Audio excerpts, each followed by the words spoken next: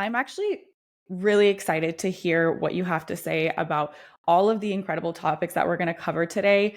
Being a certified life coach, I know that you're tackling all kinds of subjects that are things that people avoid, I feel, when it comes to like your communication skills, setting boundaries, having those difficult conversations, your, relationship to business and your personal life, all of these things that are so important in just like having an amazing balanced life.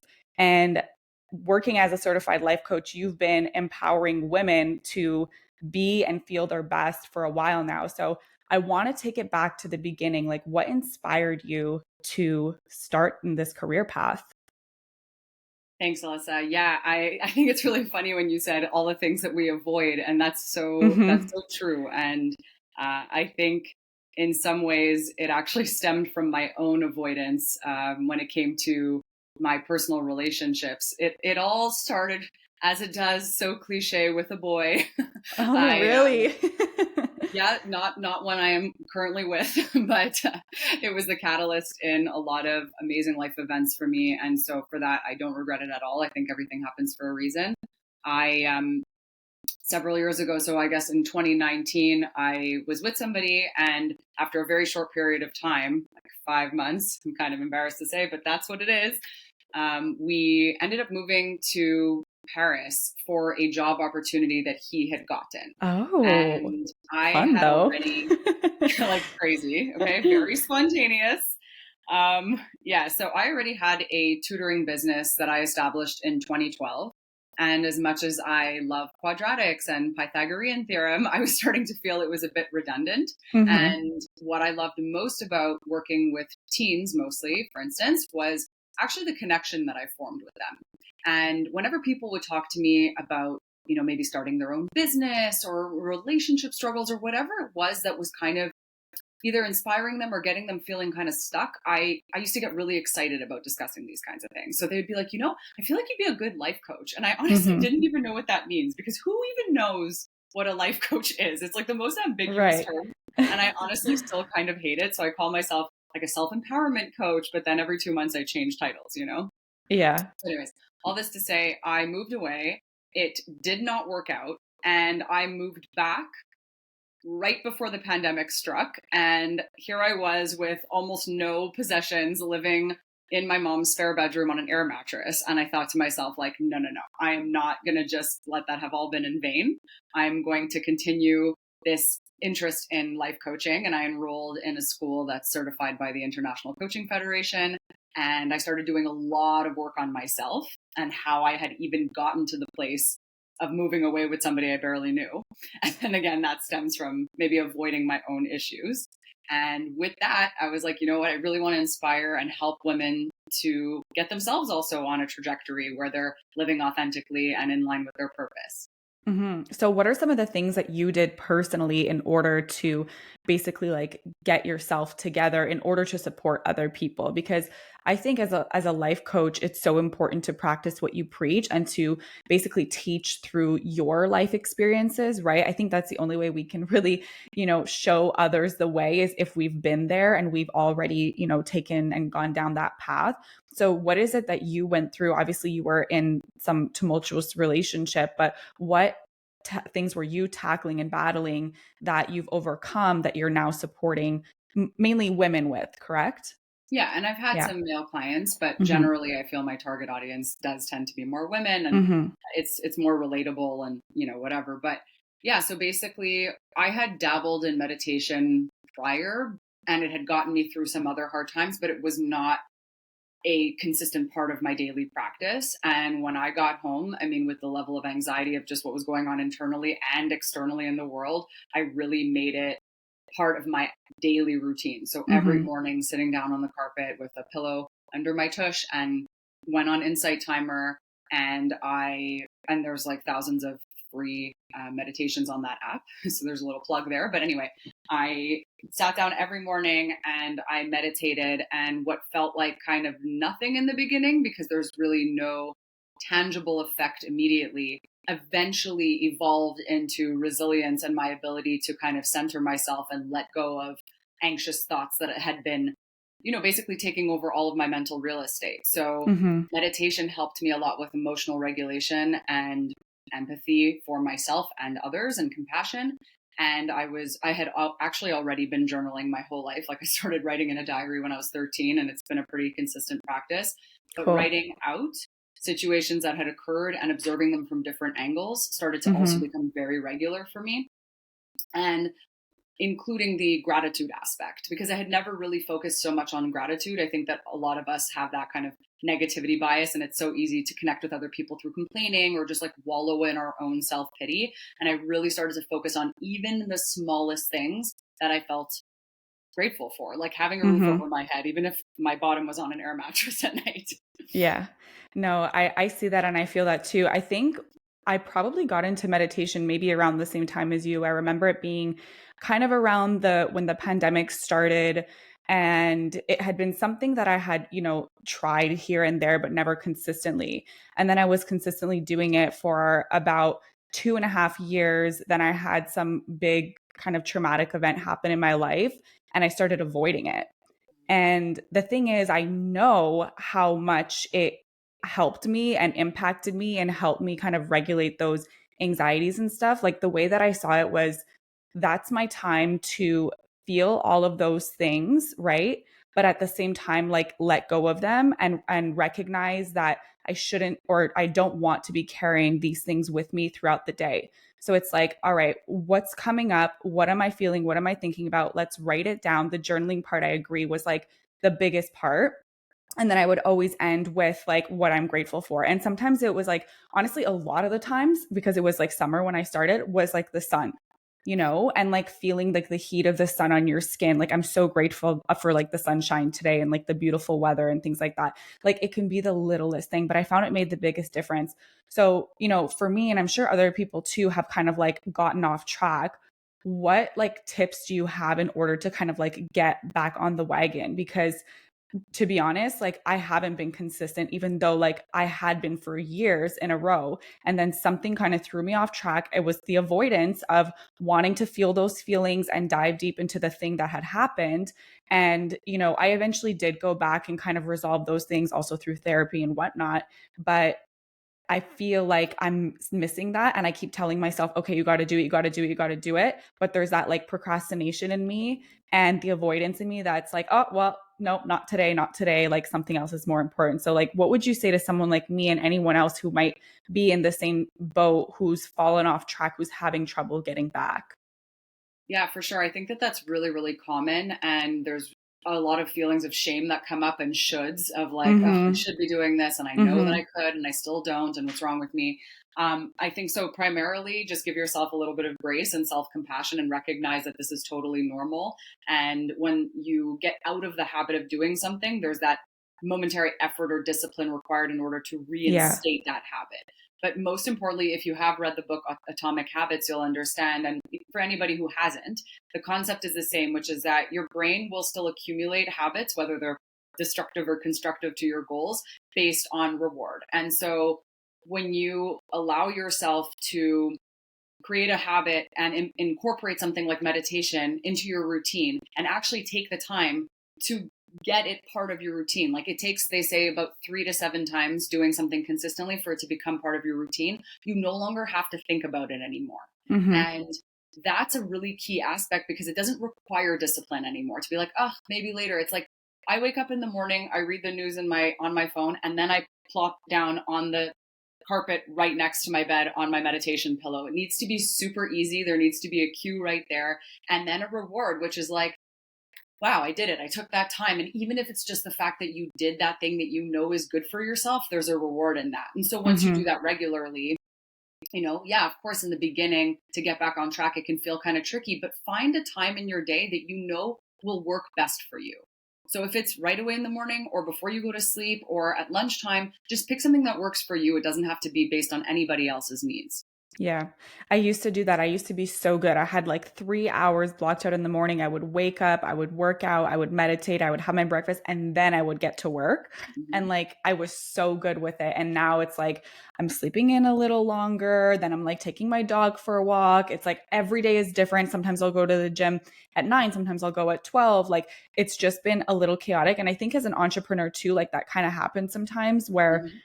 a regular job you're on a schedule. As an entrepreneur you have to make your schedule, Absolutely. Yeah. and so I think that that's probably like a good tip for other people too, is like having that a bit of like regiment in your life is actually going to benefit you. So I mean, you're inspiring me to like get my shit together, even though I've been telling myself to get my shit back together for a while. We all know what um to do, but the whole point of yeah. having a coach is like somebody who's going to hold you accountable for actually Yeah. doing it, right? So, Yeah, yeah. exactly. And you know what else I used to use too was like a habit tracker app. Okay. So like every day I would get a notification and then have to like put the check mark. So if I did it, I would get the check mark. So talk about kind of like reward. It's like your little gold star, if you will. Totally. But I found that helped too. I know that you're also helping individuals express like their inner voice authentically. So why would you say is self-awareness and authenticity particularly important with ambitious millennial women who are either entrepreneurs or leaders in their work? I think that it's just, I mean, honestly, self awareness to me is the absolute key to any kind of change or growth.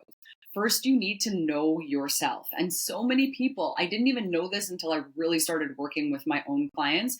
So many people don't even know themselves. They don't know what Hmm. they like and what they don't like. They're so used to going with the flow, which is, by the way, an adage I am like, I'm not into. I think it's really Really? important to accept things as they come. And I do believe that resistance is, the root of all suffering and all that. But I think that in order to be your authentic self and connect with yourself and others on a deeper, more integral level, you do need to actually take time to be with you, right? So Hmm. this affects people not just in their home lives, not just with their intimate relationships or with their friendships, but also in their business dealings and their partnerships. We talk about habits. Well, your neural pathways also are habitual, right? So the way that you respond, the way that you think about something, everything you do, these little things day to day, they become automatic if you don't pay attention to them. And so I Mm. think that getting clear on what you actually want and need, what your core values are, and differentiating that from like the ego too, as well as the need to people please or make everybody happy and kind of just doing everything for everyone else. I think that when you get in touch with all of that, you improve everything in your life, like your business dealings, your intimate relationships, your friendships, your family relationships, everything. Hmm. So when you're talking about like getting in touch with that, and you're talking about your ego, all of these things, to someone who, because we spoke about meditation, right? And that being a way to kind of get back and spend that time with yourself. For someone who's maybe not into meditation or not interested in doing that, but still wants to work on their self-awareness and better understand themselves, what is something that they can do? Well, one of the most overlooked things that I think is just so funny is the ability to actually spend some time with yourself alone. And people Alone, will say, yeah. like, of course I'm alone, like I go run errands and I go to the gym and I sit and watch TV and I scroll on my phone. Like some people are single and they live alone. They're like, of course I'm alone. But are you really taking time to get to know yourself in that time? Or are you Hmm. distracting yourself with external things like errands or scrolling endlessly or talking on the phone or doing everything that just like occupies your attention? How often are you paying attention to yourself? To even doing something like journaling, like what do I really love? What kind of bothers me? Or what have I noticed lately in my relationships that's been, making me feel kind of tense, or like really allowing yourself some introspection. Yeah, without all of those distractions too, because that's a big thing. Like the scrolling is huge. Like you can get stuck into that phone for hours. Like if Oh you're yeah. not taking that time apart and separating yourself from your phone, and like just because you're alone scrolling doesn't mean you're spending alone time. And I found like I too, like I totally get that, especially in my relationship with my husband. Like we can sometimes fall in a weird path where we're like really obsessed with a show and want to watch a show and this and that, but it's like is that really what we need to be doing before we're going to bed? No. Like, do we enjoy it? Yes. Is that spending quality time? Not really. Like, we are next to each other. Sure. We're watching the same thing that we can potentially talk about later. Fine. But ultimately, like, that the time that we can connect and share and learn about each other and really check in, that's not going to be watching a show. So when someone says like, oh, our quality time is when we sit and watch TV, it's like you're not connecting with that person whatsoever. And so we actually started introducing a monthly like check-in. So we have a series of questions that we go through to see like and check in with each other, like what's going on in your life versus my life. And not that we don't talk all the time, because we do, but it's intentional. Like, Yeah. we put the intention behind like this conversation. We're going to spend however long it takes, an hour, 2 hours, and go through the questions like, what are you proud of? What are you, what's like the hardest thing that you had to deal with this month? Like, is there anything that I can do to support you with this? Or, and like look at our relationship together, but also as individuals, because that is extremely important. And when you're talking about like knowing who you are and spending that time alone, it's like, yes, you are in a relationship. Yes, you do a lot of things together. But I believe that relationships work best when you know yourself as an individual the best. Absolutely. And I would say that for anybody who's also dating too. And that's something that I want to introduce soon in my coaching work as well, is kind of Mm-hmm. being able to date with intention. And that was one of the things I had healed as well. When you asked me earlier, like what's one of the things that you worked on for yourself, was my anxious attachment that I only became Yeah. truly aware of when I read the book Attached, and then Yeah. It's on realized, my list. It's on my oh my God, list. that book was life changing for me. But I think it is particularly life changing for people who are single and actually Mm-hmm. seeking to find a partner, because um, you might think there's like something wrong with you, and actually, it could just be something that's characteristic of your attachment style. So yeah, to not deviate too much, I think that spending time alone is really important for building self-awareness and resilience too, because a lot of Mm-hmm. people are actually incredibly uncomfortable with being with themselves.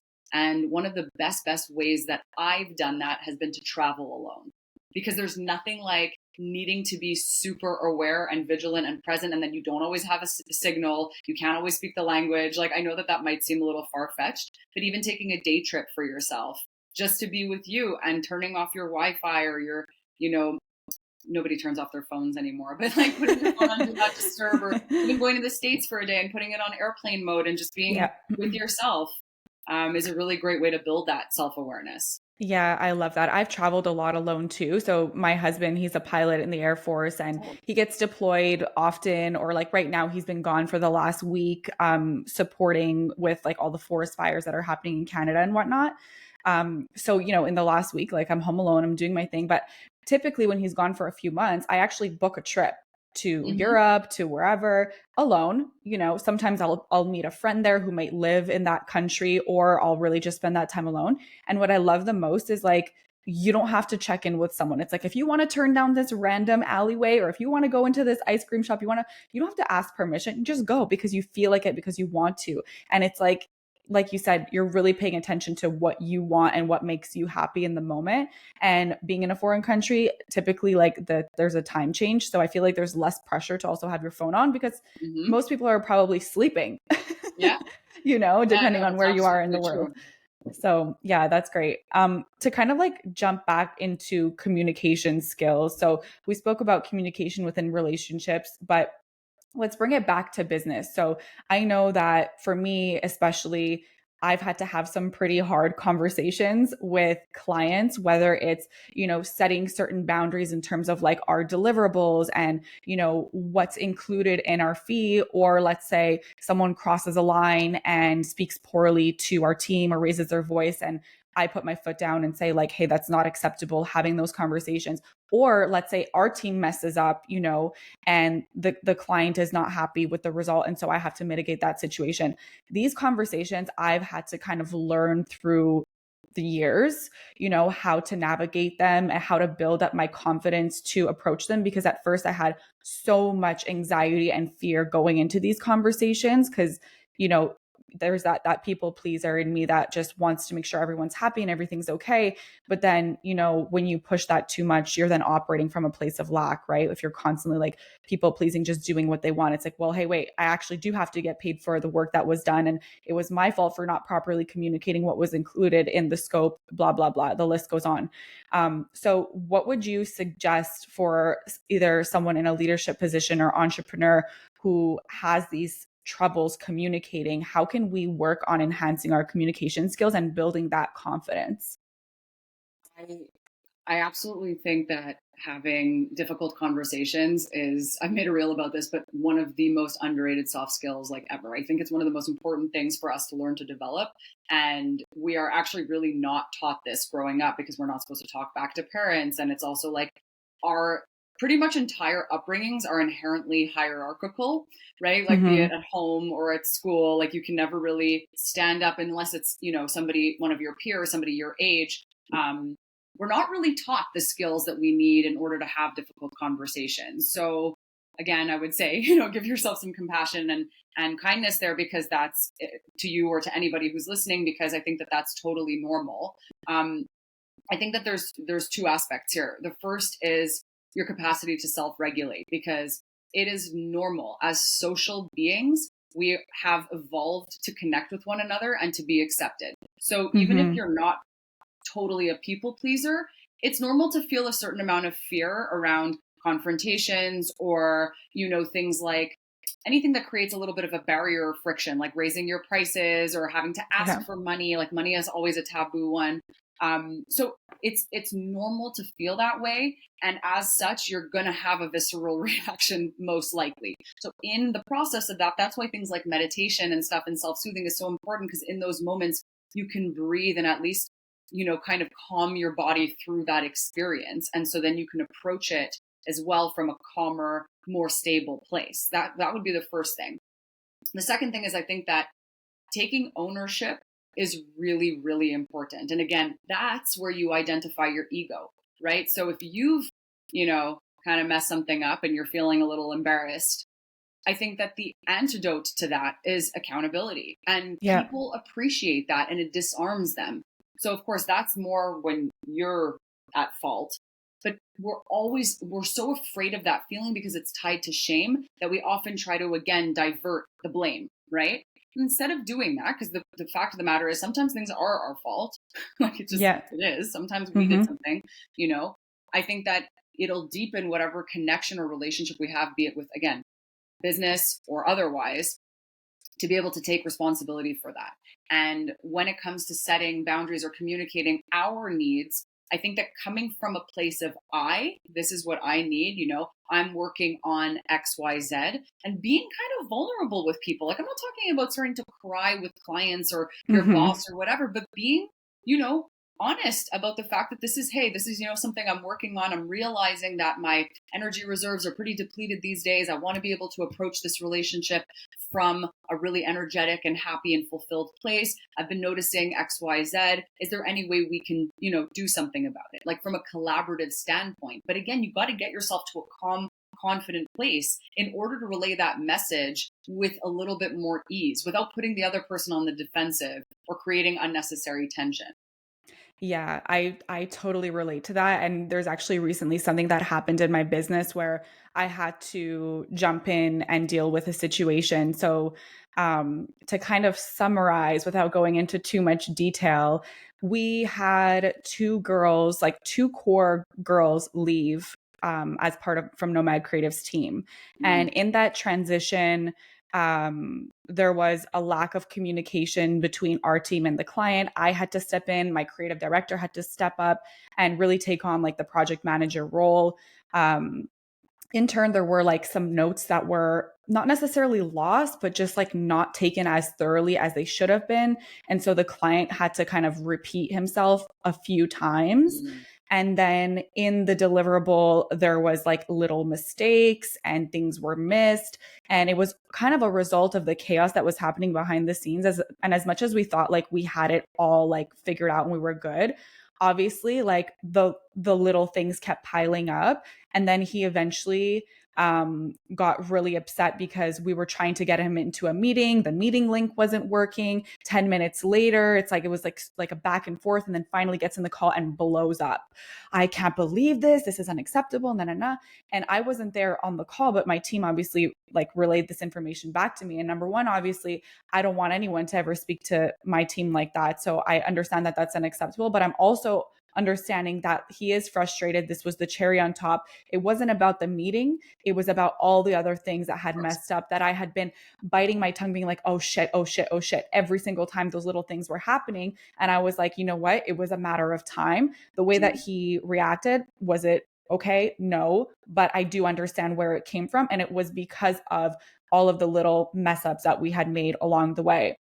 So I was like, listen, we still have a ways to go with this client. We've done a lot for them, but we still have a lot to do. And we want to reassure him that he's in good hands. So I put together a very lengthy email going in detail of, what we messed up on, how we can do better, the fact that we had this transition happen, which he was aware of, and really just letting him know that we are taking your notes into consideration. We're working to be better at communicating, keeping you in the loop, et cetera, et cetera, et cetera.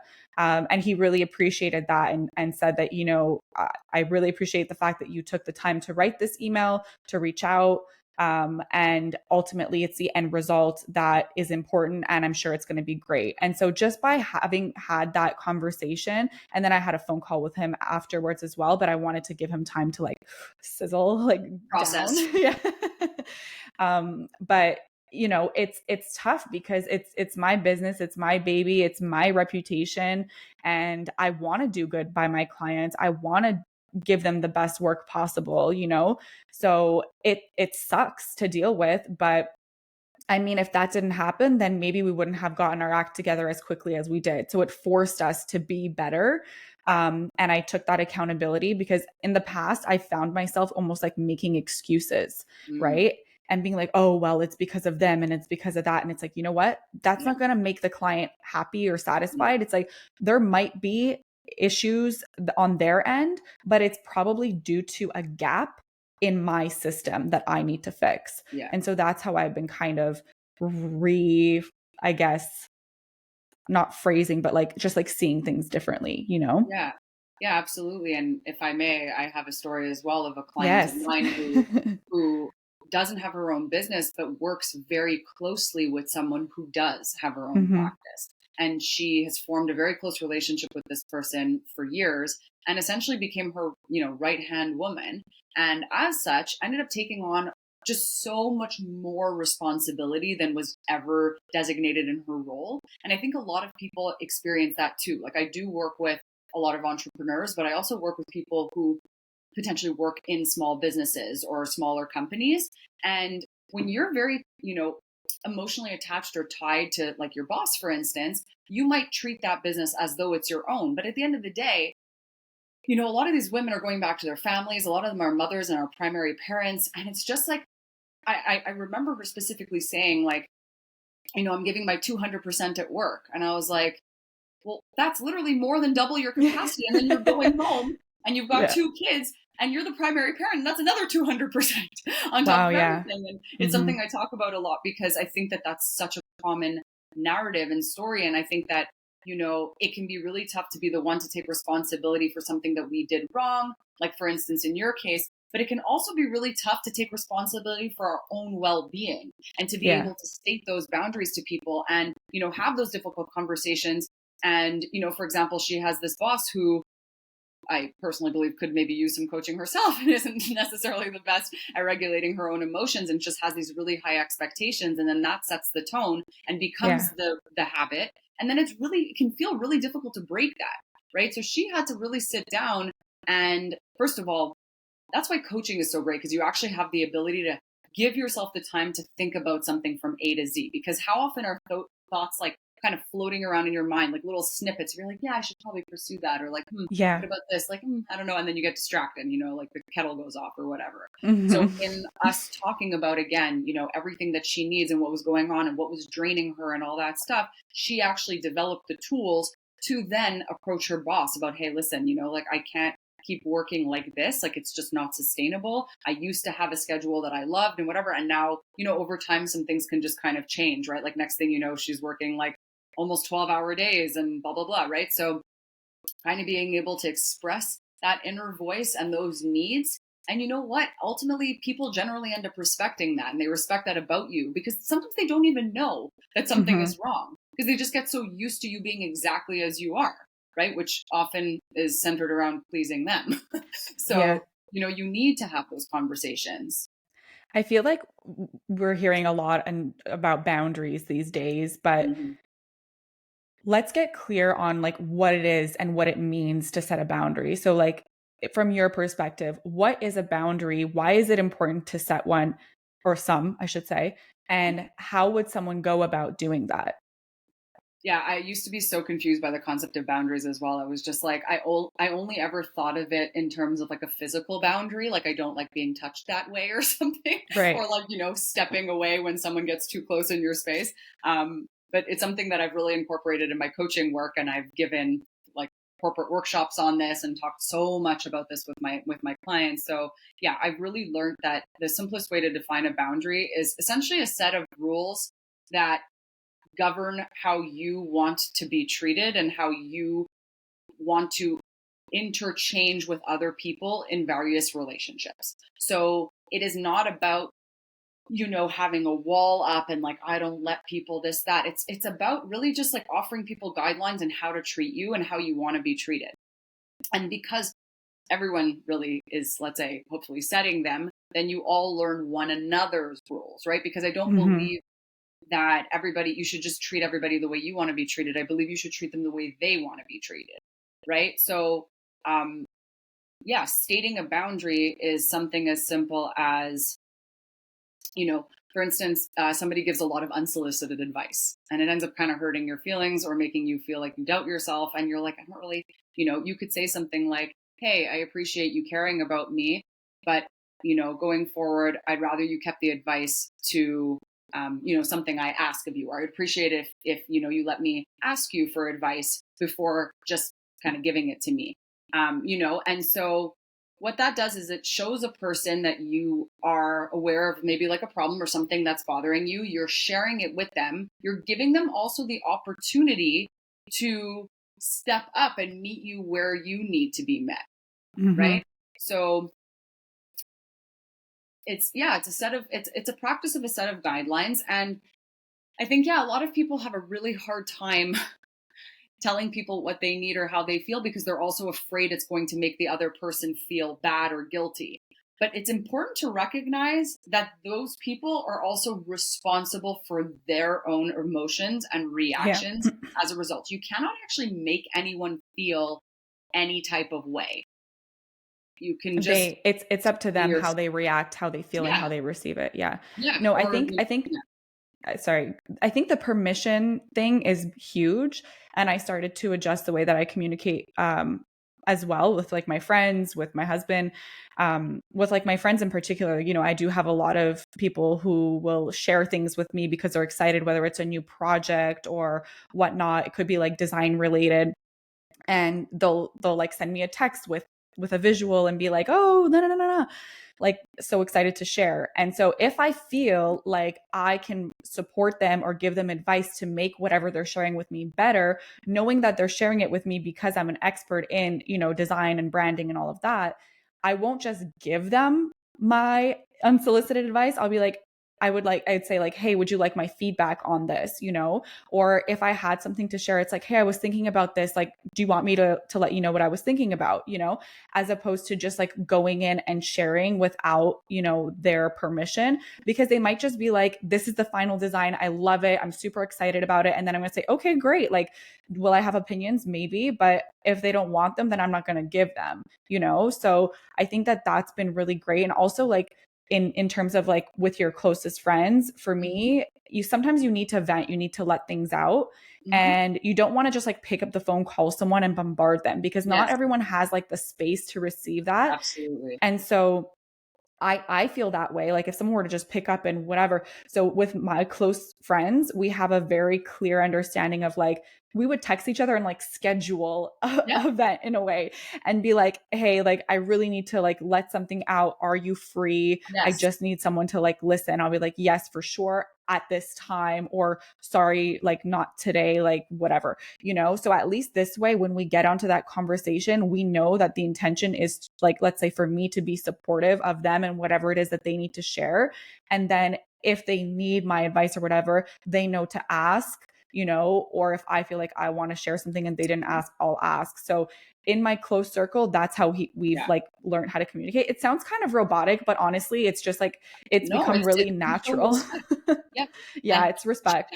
that's a perfect example of how an opportunity to lay a boundary. If you find that Hmm. somebody, either in your family or a friend or an in-law or whatever, is constantly calling you and bombarding you, you could, first of all, not answer the phone, and you could message them, say, hey, now's not a really great time for me to talk. If it's something urgent, let me know. Otherwise, can I give you a call tomorrow? Or, Yeah.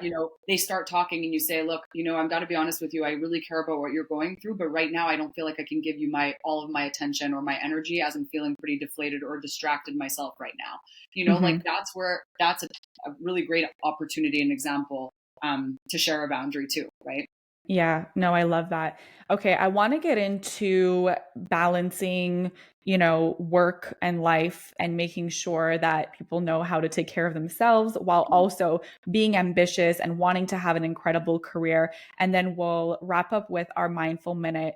But, you know, someone like me who is super ambitious, like I said, sometimes my schedule is pretty chaotic. What advice would you give me to, I guess, have a better work life balance? Because sometimes I'm good at it, sometimes I'm not. But I know that consistency is super important. But for anyone else who might be struggling with the same thing, it's like, I'm ambitious, I want to hustle, I want to do all these things. But at the same time, there's a part of me that just wants to like take care of myself and meditate and do things for me. How can we better practice that and find that balance? What advice do you have? So, to begin with, I mean, this is like one of the most common issues, I feel, especially among female entrepreneurs. I'm sure males also experience this, but Hmm. people that I work with, there's sort of two elements, which is the internal and the external. And so on the internal axis, recognizing that your need to take care of yourself and to recharge and to reset, or to explore a creative venture outside of your designated task list related to work specifically, is so beneficial for you, not just for who you are and how you feel every day, but ultimately your work. For Hmm. example, a lot of the time people have like a hobby that they no longer engage in because it doesn't directly link to making money. But without realizing that when you're in flow state, it activates all different regions of your brain that actually end up helping you be more creative and productive in your work ventures at other times. So Love reminding that. yourself that recharging is actually also good for your work and productivity at another time. It's not linear. It doesn't mean that just because you're not, taking this time right now, oh, I should be doing ABC. You might end up doing ABC faster at a later date if you actually give yourself the time to chill right now. So all those practices and recharging is just so good for you, that that's the number one thing to like remind yourself of when you're feeling that guilt, that like, oh, I should be doing something else. That's the first thing. On the external end of things, I would say that scheduling in time for yourself as you would a meeting or a Yeah. task or anything else is the best way for your brain to accept, like, this is something I'm taking seriously. It's a priority. So I look at the gym schedule on Sundays, for example, for the week, the class schedule, and I'm like, oh, I want to do this interval class and this. I put it in my Google Calendar, and then I put in time for myself in my calendar the way that I would anything else, and I work around it. Yeah. Yeah, I love that. I kind of do that too, actually. So I guess I'm ahead of the game. But also like I have my team, one of them was just away for a week and she was saying, you know, she's a freelancer. She's like, I always have such a hard time disconnecting this and that. And I told her, I said, please disconnect. Like you will be fine. Like the company will be fine without you. Not that your job isn't important, but like life will go on and nothing is that urgent that like you can't have a vacation, you know? And I told her, especially when you're freelancing, like I think it's a little more challenging because you kind of sometimes will work through the weekends. You don't really know when the holidays are. You choose the hours that you're working at. Some developers like to work in the middle of the night. It's like, listen, you work whenever works best for you, but also don't forget to have that time for yourself. But when you're away, and especially for me, my trick is either travel in a time zone that is like not exactly the same as the one that you live in, because then that automatically gives you like complete time off without any distraction. Or what I've been doing is like I'll dedicate, let's say 30 minutes or an hour, 20 minutes, whatever is required for me to just check in on that day. So I'm not constantly checking the messages as they come through. Instead, it's like Yeah. dedicate that 20 minutes, 30 minutes, an hour, whatever you need to check in, answer the messages. Because when you're sitting at home working, you're constant. You're always on your computer. It's easy to instant message and be active on your emails, but you don't want to be doing that on vacation. You want to be present. You want to enjoy. You want to take in all of those things and really be able to relax because, like you said, that's required in order for you to do your job good. And without this, recharge and refresh, it's like you're going to deplete yourself. You're going to operate from a place of lack. You're going to be exhausted. You're not going to be motivated. You're going to lose that excitement, that you had about whatever you're working on. So I love that and really preach that, and even ask my team to do the same. I really really respect when Yeah. they want to take their time. I think it's super important. Yeah, and even taking that element of like that quiet time or safe space when you travel, Mm-hmm. but even having that associated with certain locations in the home or objects in the home. Like, for instance, Yeah, our bed is not a work zone. Like, neither of us check our emails in bed. same. I don't check my emails in the morning. Like, I like to read like go through the skim, like the news.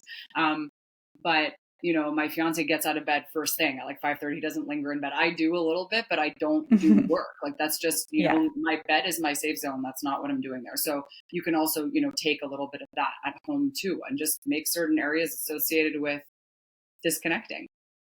I love that. Okay, Talia, we have dropped so many little bombs and advice. I think people are going to grab so much value from this. I don't know if there's any more that we can possibly share, but to end the podcast, we're going to wrap it up with a mindful minute. One piece of advice, aside from everything that you've already shared with us, that you would leave with someone based on your life experience so far. Yeah. So, you know what? Actually, I was thinking about this because I'm not very good with expressions. And but something my therapist said to me recently that I thought was just so interesting and poignant was correction through connection. And I think that speaks to it. Kind of, we come full circle in terms of what you said in the beginning, which is so much of what we kind of need to do for ourselves to improve our relationships with ourselves and others, for instance, we end up avoiding. But really, we can correct the things that are harming us or that we need to heal or, work through by connecting and with ourselves and with other people. And Mm, I just think that that's so important. And it's such a nice way of bringing people together in a vulnerable and humble and authentic way, as opposed to isolating ourselves or avoiding or whatever, right? So even those 5 minutes you might take to meditate is connection with yourself. yeah. You know? I love that. And there's so much value in that for sure. Thank you so much, Talia. Where can everybody find you and follow you? Because I know that I've gotten so much advice already just from this, whatever, 30, 40 minutes of talking. You share so much on your social media. Let everyone know where they can find you. So they can find me at Thalia Joie, which is Thaliajoie. And through there, there's a link in my link tree, and it'll connect you to my website. And I had a self-empowered summer program, but we're going to be switching it up to have a fall offer soon. So, it's going to be all about the Perfect. same stuff, boundaries and, self-awareness, self-empowerment, and everything like that, that we need to feel happy and fulfilled. So Amazing. And for anyone listening, I've not done any of Talia's courses before, but I have worked with a life coach in the past. And I found that that was, the most pivotal moment in my life when I worked with someone who was able to support me and guide me and answer my questions as opposed to just trying to figure it out on my own. So, especially for someone who might need a little bit of guidance, but is, really committed to to changing and bettering themselves and working on all of those skills that we spoke about today, Talia's your girl. She knows her shit. Thank you so much for being on the Thank you. podcast. Thank you so much for Everyone, having me. yes. Oh my God, it was so great. Guys, I hope you enjoyed it and we'll chat next week. Bye.